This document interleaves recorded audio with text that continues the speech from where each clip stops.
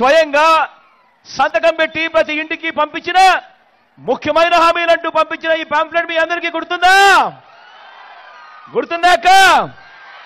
గుర్తుందా అన్న? చంద్రబాబు సంతకం కనిపిస్తా ఉందా? ఇది 2000 ఎన్నికల ముందు 2000 ఎన్నికలకు ముందు జాబు రావాలంటే బాబు రావాలన్నాడు, ఇంటికో ఉద్యోగం అన్నాడు. ఈ చంద్రబాబు వచ్చేదాకా